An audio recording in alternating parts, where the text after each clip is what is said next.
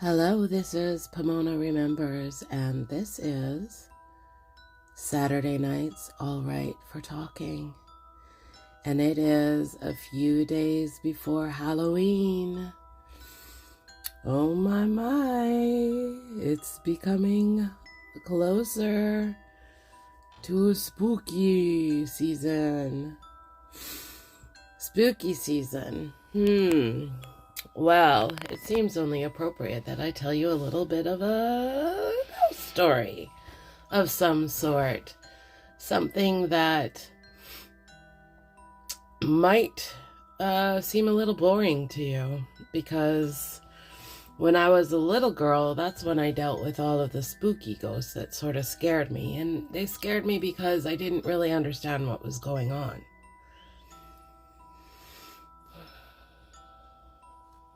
I didn't understand what was going on, and now that I'm older and I have an understanding, and I understand who I am, and I understand the power that is given to those of us here on this earth, the power that we have simply for being a material body on this earth plane.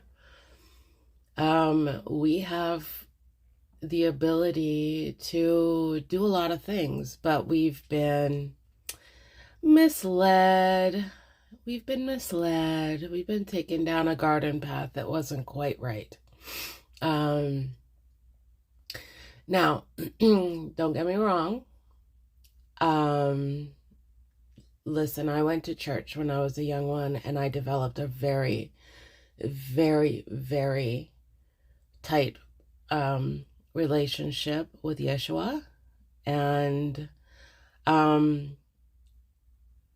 Yeshua is my go-to, and there's a lot of power in that name, and if you ever feel scared, that's your go-to. Okay, I just want to give you the warning at the beginning about, if you are a sensitive one and you run across a spirit of a departed soul in this world, you have the ability to protect yourself by calling in your angels and guides and guardians, wrapping yourself up in a white light of protection. That's what we do when we come here onto this show. Everyone who listens to my work, I've prayed over my work that it touches everybody and helps you grow and develop your own giftings, and not in a fearful way. Now, remember, I worked with children for a lot of my life. Scaring people is not really a cool thing for me. I mean, yes, sometimes it's funny, but it's usually because of circumstances, not because of ghostesses. Okay, I don't want people's imaginations running away with them and causing some, emotional harm, because our imaginations are very, very powerful. Be careful what you put your eyes and ears upon. Okay? So my ghost stories are a little bit boring as far as like spookiness goes. They are sort of examples of how those who have passed before us watch over us when it comes to our life here on this earth together. So here we go for Saturday, October 28th, 2023, Saturday Nights All Right for Talking. And today we are talking about my husband's grandpa. My husband's grandpappy. Now, If there is one man in this world that I would say that my husband looked up to for most of his life, it would be his grandpapa. And they had such an amazing relationship when they were together here on Earth. And his grandpa used to play cribbage all the time.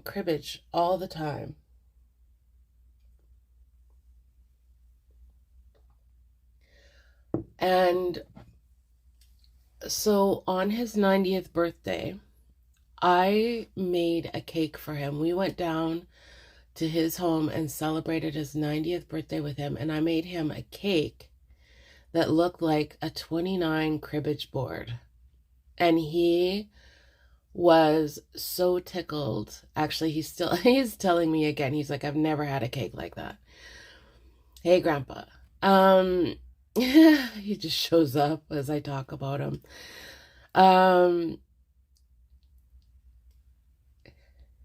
Hey, Grandpa. Thank you. So my husband and his grandfather just were two peas in a pod, in a giant pod, because they were giant men, but I digress. So we had lost Grandpa. I think it was 2012 that we lost Grandpa. And that was sad. That was really sad. He was such a great, he was a cheerleader for me, and my husband loved that about him. Grandpa approved of his choice of partner, and that's all that my love needed to know. And so this was a bit earlier. This was before we had found out, or around the time that we had found out about my dad. I kept getting my husband's grandpa was coming in, and I was ignoring him. I was ignoring him hard because I was in super denial about what I was doing because of my church upbringing and all of those things. So I was ignoring him for a while, and the way that he came in, and plus I was scared to talk to my husband about my gifts because we hadn't really gone over that too much yet, because it was sort of subdued for a while, but now it was really coming in a big way. And so I was like, is my husband gonna think I'm crazy? Is he gonna like wanna divorce me or something? Because this is not a everyday sort of thing that someone would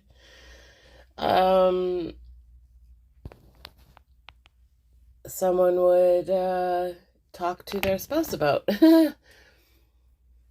So I ignored for a little while these promptings, these clues, these little things that would show up as Grandpa was trying to talk to me about something very important. Now, I want to talk to you about what sort of things Grandpa was doing that was catching my attention. First of all, he was saying my name in my ear, like not my ear, but in my spirit, in my third ear, so to speak. That's what I'll call it. And I was like, nope, I don't do this stuff. Nope. This isn't me. This is not what I do.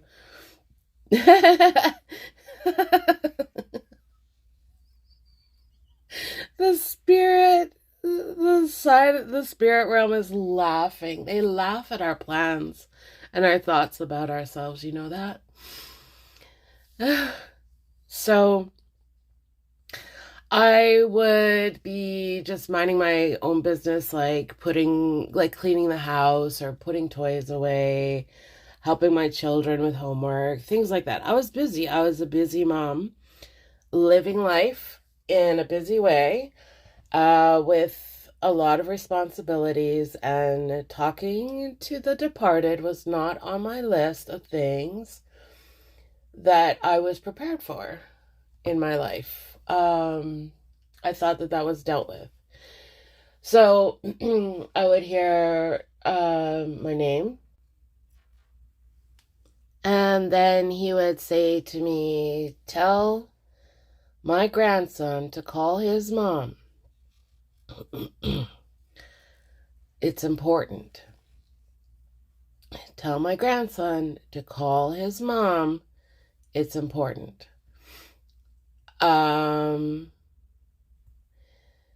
I would walk into a room and I would see something that was his, grandpa's. It would just catch my attention and I was like, "That's grandpa's." And then I'd carry on my way. And it would just keep happening. My eye would always catch these things that were grandpa's that we have because of, inheritance and whatever. A picture of him, like his 29 board, his old darts that he used to have.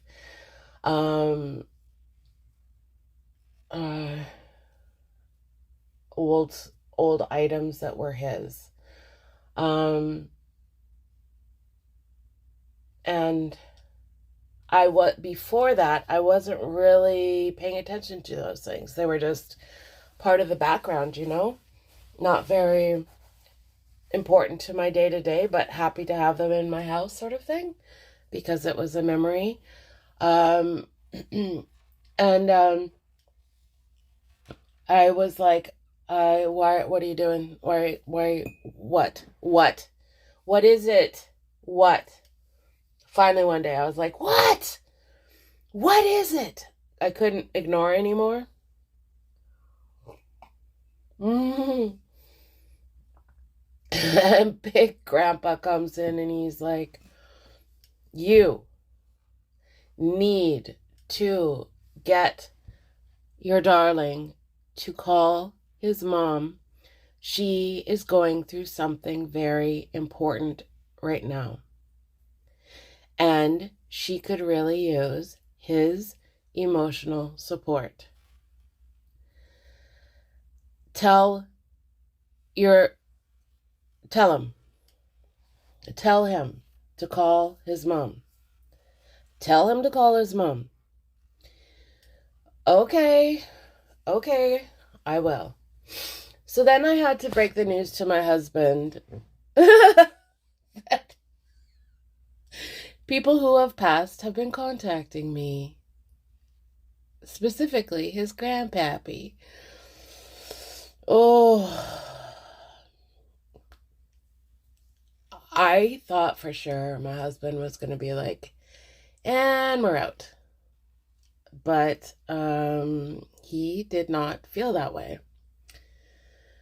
So I sat down with my husband and I explained to him everything that I just explained to you about seeing all these different things and then all of a sudden getting this message. And I said, "Could you please just give your mom a call so then I can see if this stuff will stop?" Because this had been going on for a while. And so my husband was like, "Yeah, okay." But then he didn't do it because of different reasons.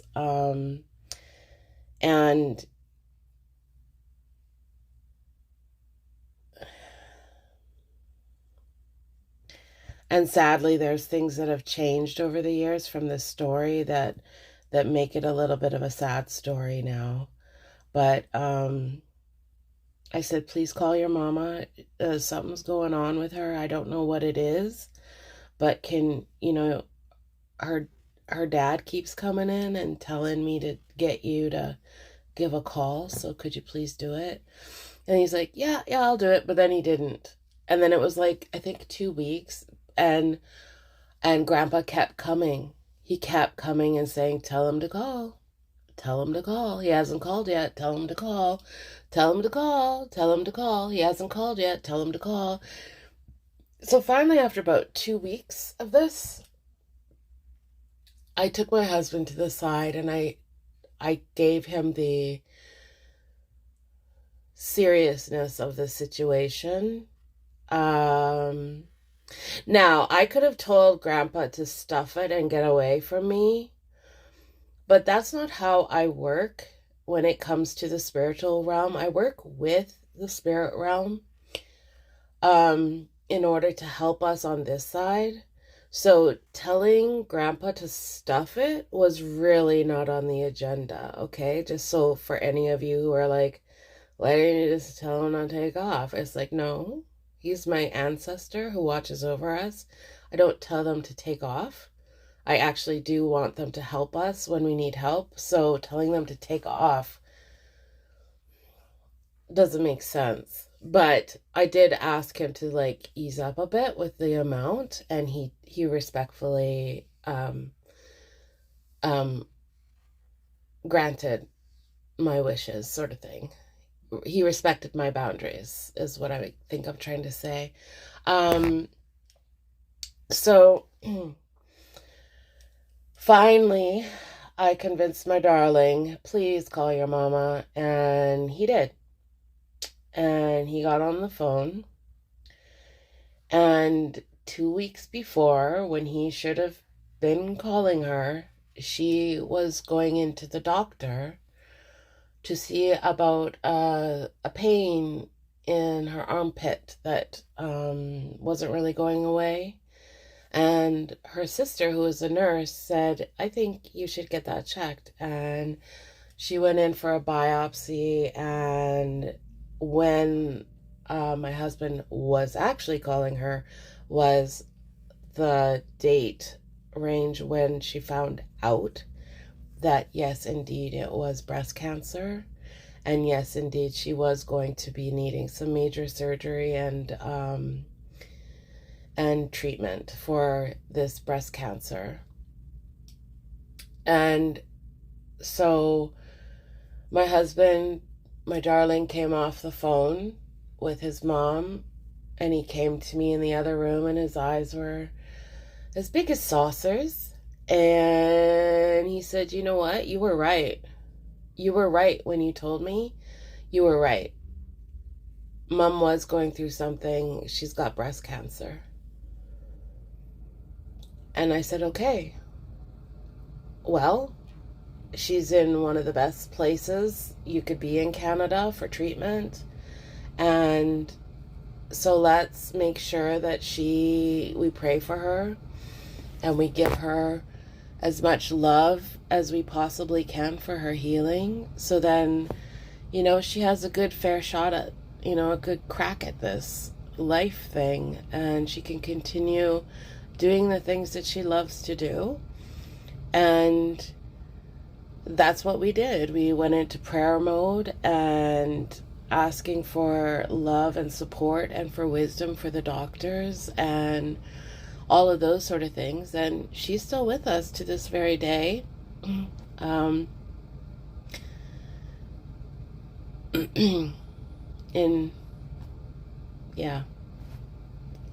So there's one ghost story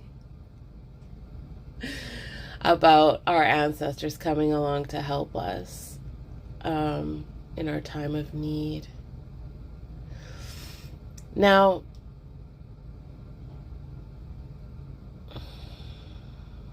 I guess I can talk to you again a little bit about after my dad passed and he started coming and showing me things to help my mom to help helping my mom move on with her life. So my dad was able to come through and we were able to talk about taxes and money, things that my mom needed to know about, or directions for my mom to take as far as their money after my dad passed away. He talked to me about a lot of stuff from my childhood that he wanted to make amends for with me. Things that I hadn't thought about since I was a child, would kind of, a memory would roll up into my mind's eye. And then all of a sudden I would feel my dad's energy, that feeling of his energy around me. And he would just play this movie in my mind's eye, in my third eye, memory of childhood that I had. Where was that? And he would say, you know, I made a mistake here and I shouldn't have done this and I shouldn't have said that. I would do it differently and I want to apologize. So then it would help heal. Like, that was something that my dad was doing as well, was not only watching over us and everything as we were living our day-to-day life, but also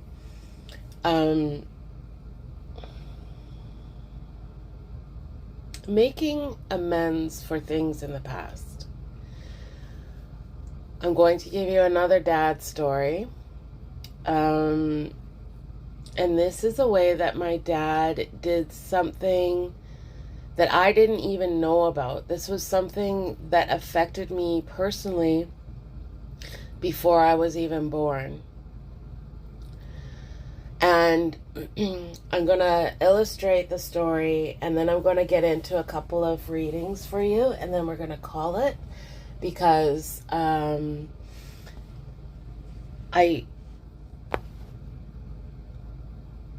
want to make sure that this isn't too long, and I want to make sure that it's good quality, and I don't want to ramble on too much.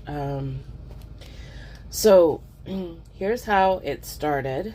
My mother called me in the morning one day, and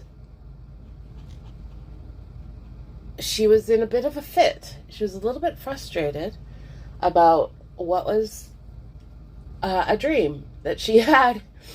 She had this very ultra vivid dream. So she's like, I had this dream and it was so realistic. And so whenever my mom says something, or whenever anyone says something to me like that, I perk up big time, because I'm like, okay, there's something important about this. Let's pay attention to this big time. So I says, what was the dream about, Mama? And she said, well, a long time ago, your dad had this like really hot car, and we were driving in this car down a country road or down the highway or something, and your dad was speeding. He was driving very recklessly, and carrying on. And I was like, so this actually happened, it wasn't a dream? She's like, no, yes, this happened in our life, and I was I was pregnant with you when it happened. I said, oh, okay. And then all of a sudden my dad took me into my mother's dream, and it was like I was a little hula girl on the dashboard of the car, witnessing what had happened before I was even born. Witnessing the discomfort and the fear that my mother was feeling, being a passenger in a hot rod with a with my dad, and he was, he was very capable at most things that he tried. But nonetheless, my mom was feeling uncomfortable at the rate of speed and the recklessness that she felt. So in the phone call, my mom was mad at my dad. She was mad at my dad. And I says, okay, why are you mad with dad? And she said, because he was being reckless with my life. He was supposed to be a protector of me. He was my husband. And he was being careless with not only me and my life, but you and yours. And I feel kind of pissed off about it, actually. And I said, oh, okay. Yeah, that is very valid, Mom. I feel like that's super valid, and I also feel like Dad wants to say sorry to you about this, for doing that. And then what Dad told me to do was to protect my mother.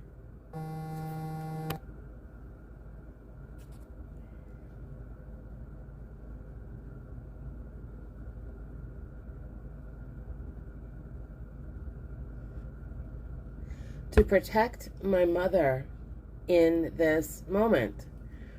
I was like, what do you mean? So he showed me the car again and my mother in the seat, and I could see her hand grabbing onto the door handle really tight, like white knuckling it.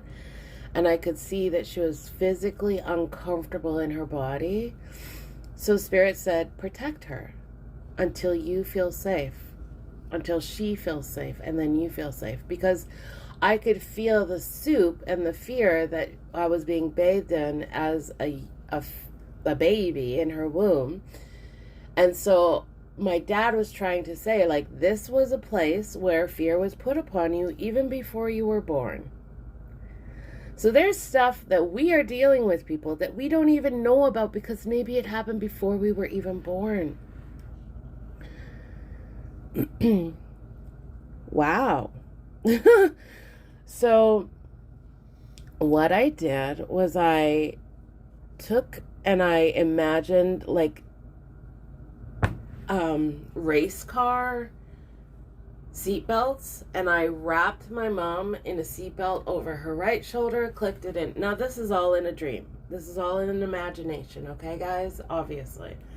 And then I took another from the other side and I clicked it. So she had like over both shoulders. I had her like tied in tight.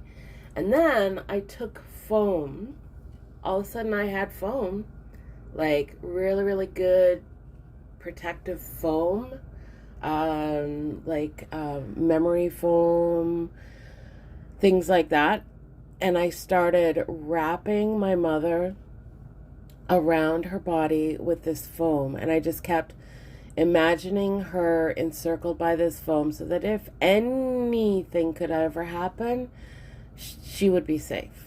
So I kept doing this, and then all of a sudden I felt this weird shift in my body happen. When I felt like my mom was safe, all of a sudden something changed inside of me. And it was something I didn't even know was a problem. My dad had brought this up in my mother's dream. She knew the story. I didn't know the story. She knew the story. Then he got her calling me to talk about Dad. And then it was like, hey, let's take care of this thing while we can. So this is another way in which my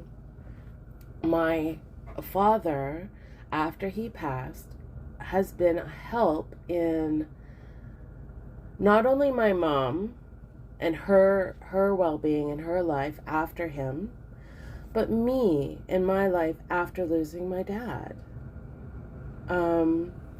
He has always showed up.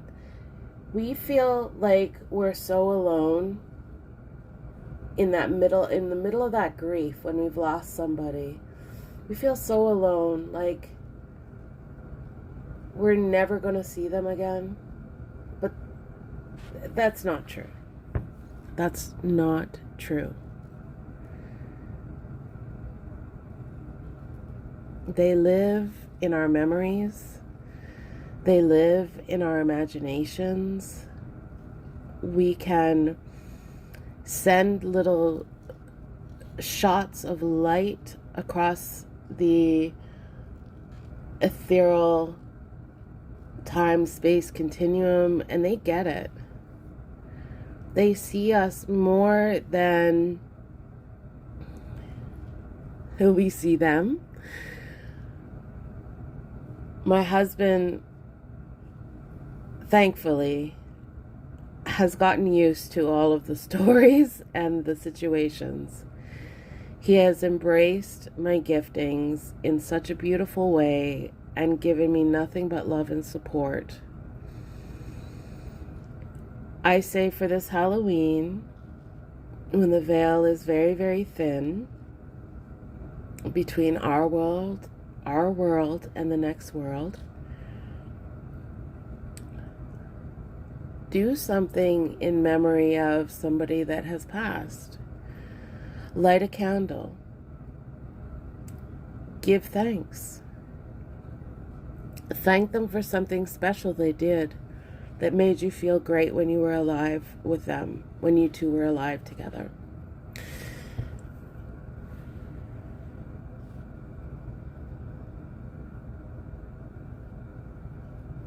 When you think of things about your lives with those who have departed from us, you bring honor to them and their souls when you think of those good things. And the bad things that we have that are memories of the things that weren't so great about when we were with those people. If we can come to a place of forgiveness, if there are some souls who maybe it's just better to let them stay with God and don't bring things up.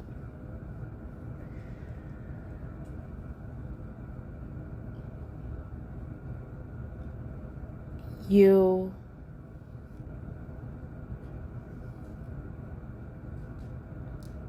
spend time with the loved ones who have departed, who made the best difference in your living life, who were on your side in your living life.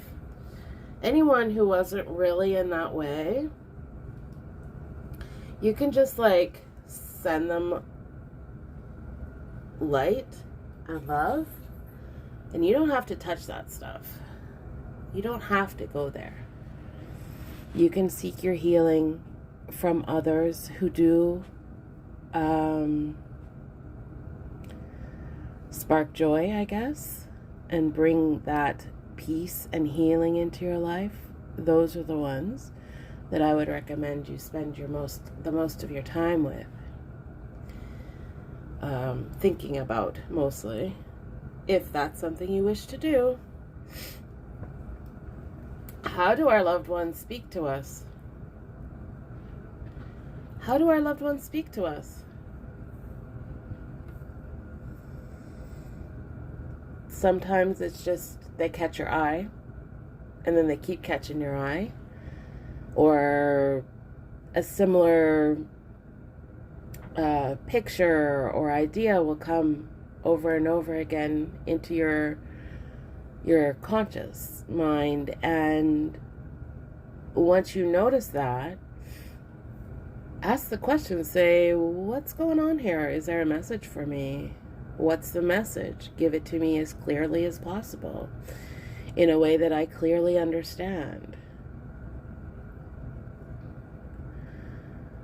Only things that are for your most benevolent timeline, something that's going to serve you well.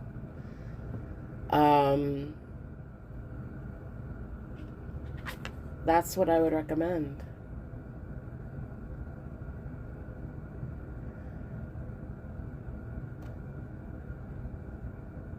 Okay, so for the ending of this podcast, this sort of Halloween-y, it's not really spooky.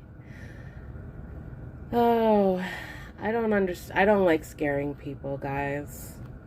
It's not something. There's enough scary stuff without me adding to that trauma. It kind of goes against how I feel as a healer. Traumatizing people is not really on the top of the list to do.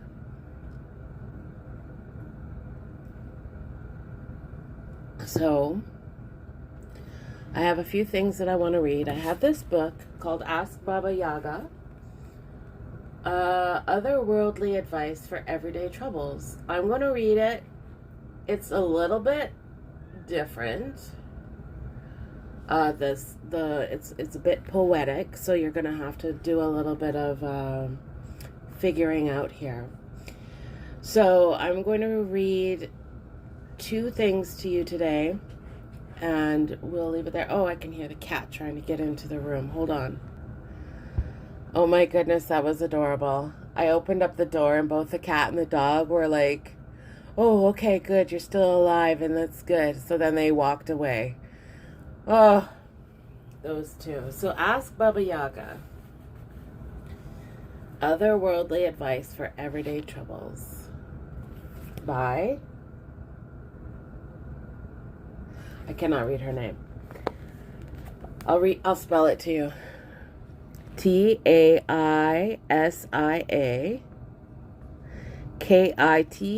Kitaiskaia. You can see my problems. How do I become more comfortable with myself? Dear Baba Yaga, I seek comfort from others because I am uncomfortable with myself. How can I quiet my own head? Ooh, this is a good one. Baba Yaga says, birds nest, bring one thing at a time into the home whole. Twiglings and soft pieces of this and that, and the shiny things that make their eyes catch and love as they pursue the earth's sight. So must you drag back the victims of your fancy into your skull nest. Limbs of this and thoughts of that, bones and shivering and stones. Pick, pocket, and borrow from others, if that is your need, until you are looking upon a skull house of your own labor. For all of us have made ourselves partially of borrowing of blood and skin and sinew, and it is a fool who thinks anyone's head comes furnished.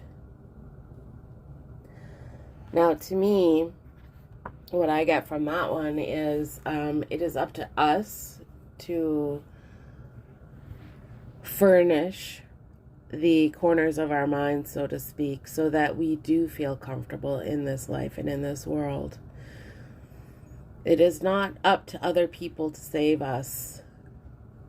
They can help us the best they can if they so wish to. It is up to us always to live our lives, however that looks. And if that means that you are not okay with being by yourself in this world at any moment, it is time to learn how to be okay by yourself in any given moment. Now, just baby steps, right? Baby steps. Now, I also have this beautiful deck of cards that I never really get to use. And I think this would be a great place to be able to use it. And it's called Postcards from Spirit by Colette Baron Reed. And they're just a whole bunch of pretty looking postcards with typing on them, and it's just a message from Spirit. So I randomly cut the deck and I grabbed the first one.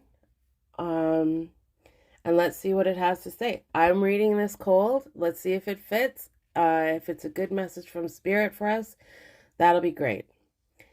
Dear you, human beings spend a huge percentage of life asleep, not just in bed, but the kind where you forget you are a spiritual, immortal being taking on a temporary human form. It is not your fault. Everyone suffers from spiritual amnesia once in a while. As you develop an identity, an ego, you begin to see through the eyes of a small self and have less connection to your soul self. You may not recognize this is going on, but you sure can feel it. We're here to remind you to look through your soul's eyes and see that magic is everywhere. Infinite potential lies in spirit, who is teaming with you to fulfill the contract you made to contribute to the evolution of the whole world. Wake up and remember that all the help you need is orchestrated in the invisible realms. Your mind, in alignment with divine intelligence, is unstoppable. The world is yours to co-create. You are so loved, and we are all behind you. Well, oh my, does that ever feel nice? That's sort of the message of this podcast that fit in. I love it when spirit shows up. So for Saturday Night's All Right for Talking, this is Pomona Remembers. To my Anam Cara, I wish for you love and kindness. Love for yourself, kindness to yourself. May you become whole in the knowledge of who you really are and what you are very capable of doing in this world. May we all rise up to the potential that God has put inside of us. May we work with the other side to help us fulfill our destiny and to come to the place at the end of our lives where we're like, yeah, we did it. We gave it our all. When we go back to see the ancestors who will be waiting for us on the other side to greet us. Of course, those who haven't reincarnated, but you know what I'm saying. You know what I'm saying. Thank you so much for listening. Please like, share, subscribe. Please help me grow my little channel. To my Anam Cara, I send you so much love for your day and your journey. May the road just rise up to meet you wherever you are and whatever you're doing. And may spirit just help everything to fall in line for you. Those of you who are babies learning how to hear from the other side, keep going. Just keep practicing and protecting yourself always. That's number one, protection. If you have any questions or spiritual questions that you would like me to talk to my guides about, get sort of answers to what they have to say, please feel free to leave a message underneath this. I'm just sending you so much love for your day. As always, until we talk again, until we meet again, ta-ra.